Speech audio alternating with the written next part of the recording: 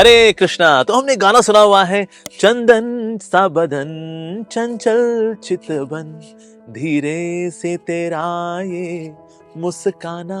तो चंदन सा बदन चंचल चितवन, आहा। तो काश ये बदन चंदन के होते तो कितना अच्छा रहता। लेकिन कॉस्मेटिक इंडस्ट्री इस बारे में जानती है कि हमारे बदन जो है वो चंदन के बने हुए नहीं है। तो इसीलिए हम कुछ ऐसे प्रोडक्ट्स बेच सकते हैं जिनको लगा करके ऐसा प्रतीत होगा, ऐसा लगेगा कि आपका शरीर जो है वो चंदन का बना हुआ है।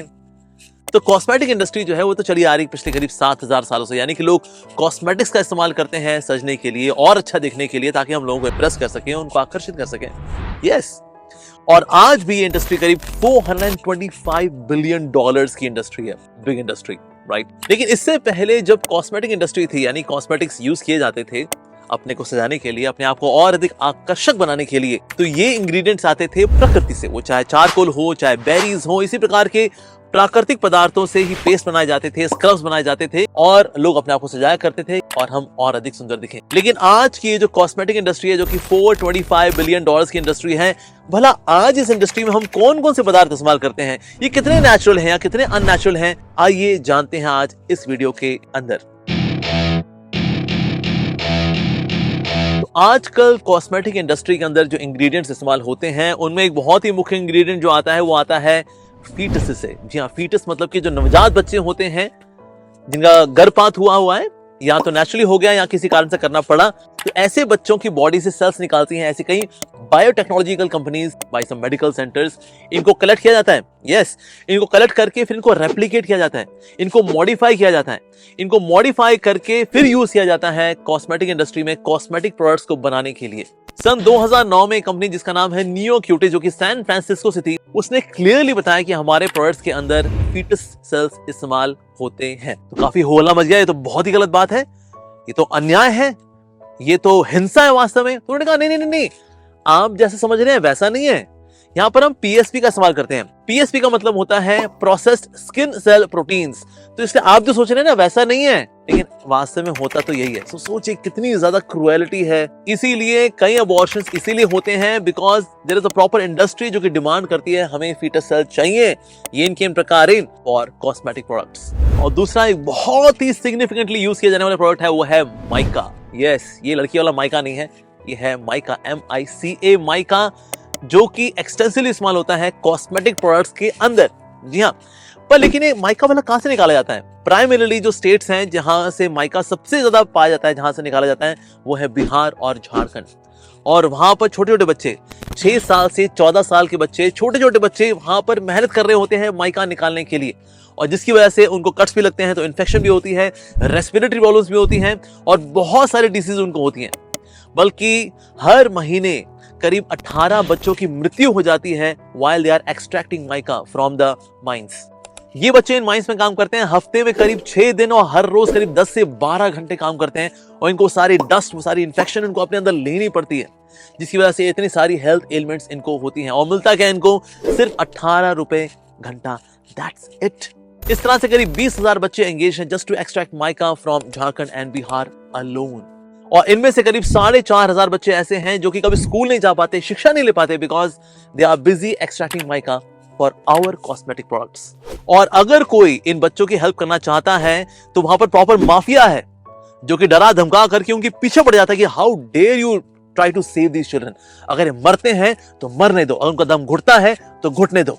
इनफैक्ट एक बच्ची तो इस माइन में कैद होकर रह गई क्योंकि उसके ऊपर एक बड़ा सा पत्थर गिर गया था, and there was nobody to save her, and she collapsed there and then only.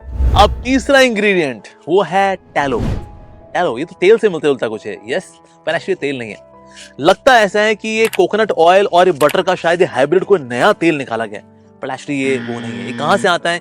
ये काऊ से आता है। जी हाँ, ये गाय से आता है। गाय की किडनी के आसपास जो फैट होता है उसको इकट्ठा किया जाता है, उसको फिल्टर किया जाता है, उसको प्रोसेस किया जाता है, और फिर ये इस्तेमाल होता है आपके लिप पे लगाने वाले बाम के रूप में, आपके स्किन पे लगाने वाले मॉइस्चराइजर के रूप में, क्रीम्स के रूप में। Tallow which makes your life in terms of parity hollow and shallow. और बहुत ही सिग्निफिकेंटली यूज किया जाने वाला प्रोडक्ट है वो है केराटिन। यस, केराटिन का इस्तेमाल होता है आपके बालों को सिल्की स्मूथ बनाने के लिए, ताकि वो ऐसे जब झूमे तो आप बड़े ही गॉर्जियस दिखें। लेकिन उसके पीछे कितनी ज्यादा हिंसा है। ये कहाँ से आता है? जो हूव्स होते हैं जो जानवरों के, और क्लॉज होते हैं, और उनके फेदर्स होते हैं, इनसे एक्सट्रैक्ट करके ये केराटिन निकाला जाता है। और ये केराटिन, इसका कोई वीगन सोर्स नहीं है। आपको लगे मे बी ये जो केराटिन है इसका कोई प्लांट सोर्स होगा, but there is no plant source of keratin. ये आता एनिमल से ही है। तो सोचिए आपके रेशमी बाल हैं, लेकिन उन रेशमी बालों को दिखाने के लिए, किसी को इंप्रेस करने के लिए कितनी ज्यादा हिंसा इन्वॉल्व है। ऑल्दो ऐसी कई कंपनीज हैं जो कि बोलती हैं कि हमारे जो प्रोडक्ट्स हैं वो एकदम क्रुएलिटी फ्री हैं, लेकिन एक्चुअली अगर आप जाके देखेंगे जिस तरह से एनिमल्स को रखा जाता है, उनका रख रखाव उन फार्म्स में जहां पर कि उनको कल्टीवेट किया जाता है, well cruelty is there for sure. तो इसलिए ऐसा कोई भी प्रोडक्ट हो, भले वो बोला जाए कि ये तो क्रुएलिटी फ्री है, लेकिन अगर उसका सोर्स एनिमल में है, एक पशु के अंदर है, निश्चित रूप से वहां पर क्रुएलिटी तो है। And the karma goes to the person, specially the one who is using it. क्योंकि कहीं ना कहीं हम ही इंस्पायर कर रहे हैं ऐसी इंडस्ट्रीज को, ऐसी कंपनीज को कि आप ऐसे प्रोडक्ट बनाइए ना, हम यूज करेंगे ना, will make you Mala mall. Yes. Both of us will become mala mal, especially in terms of bad karma, and then we are to face the consequences of this bad karma. So, लेकिन भला इसका solution क्या है? Well, इसका solution ये है कि हमको प्लांट बेस्ड प्रोडक्ट्स को इस्तेमाल करना चाहिए। प्रकृति ने सारी सुविधा दी है कि हम सुंदर दिख सकें, चाहे हमारे पोषण की बात हो, चाहे सुंदर दिखने की बात हो, हमारे अच्छे स्वास्थ्य की बात हो, हमारा मानसिक स्वास्थ्य की बात हो, या शारीरिक स्वास्थ्य की बात हो, प्रकृति ने सारे संसाधन हमको दिए हैं। कहीं ना कहीं हमको ये मेंटालिटी भी चेंज करनी है कि क्या सुंदर दिखना ही सब कुछ है? When we are externally beautiful, we are attractive, but when we are internally beautiful, then we are captivating.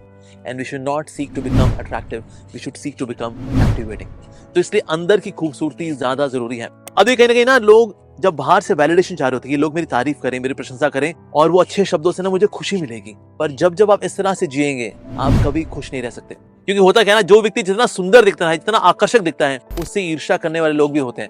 और वो ईर्ष्यालु लोग जब एक नेगेटिव कमेंट मार देंगे ना, आपकी खूबसूरती को देख करके आपके हृदय में जो आपकी सारी खूबसूरती खत्म हो जाएगी। Oh God, that's atrocious, pathetic, very sad.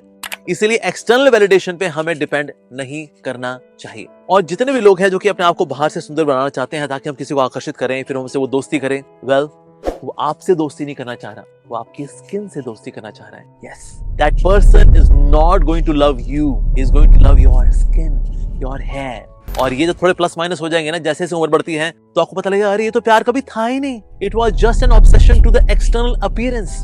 अगर आपको अपने जीवन में नकली दोस्त इकट्ठे करने हैं तो सजिए, संवरिए और नकली लोगों को आकर्षित करिए। लेकिन अगर आप चाहते हैं कि आप असली लोगों को, असली दोस्तों को आपके जीवन में लेकर के आए, तो इसलिए हमें बाहरी सजावट पे ध्यान नहीं देना चाहिए। Just be what you are. और जब आप प्राकृतिक रूप से जैसे दिखते हैं, ऐसे में जो व्यक्ति आपको पसंद करेगा, that person is actually liking you and not just the veneer, the lipapoती all around your face and your body.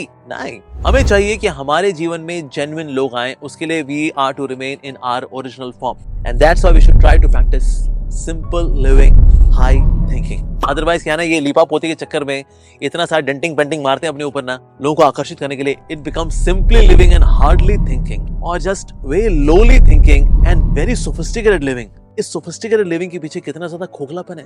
So we should live in a way which is more value based, not just external appearance based. और आज ISKCON के द्वारा कई ऐसे initiative हैं जो कि झारखंड के इन्हीं बच्चों के लिए हैं, ताकि ये बच्चे बजाय कि माइंड में काम करने के बल्कि शिक्षा प्राप्त करें, शिक्षा प्राप्त करके अपने जीवन को सुधार सकें। तो शिक्षा, करियर वाली शिक्षा भी दी जाती है, साथ साथ ही आध्यात्मिक शिक्षा भी इनको दी जाती है। तो इस्कॉन है और भी कई ऐसी स्वयं सेवी संस्थाएं हैं जो कि सेल्फलेसली इन बच्चों की सेवा कर रही हैं। बेस्ट तो बेस्ट है कि आप किसी प्रकार के कॉस्मेटिक का इस्तेमाल मत करिए, जैसे आप हैं, जैसे आप दिखते हैं, just be what you are. लेकिन फिर भी अगर आपको इस्तेमाल करना ही है तो ऐसे प्रोडक्ट्स का इस्तेमाल करें जो कि प्लांट बेस्ड हैं, एनिमल बेस्ड नहीं है, because animals they also have the right to live.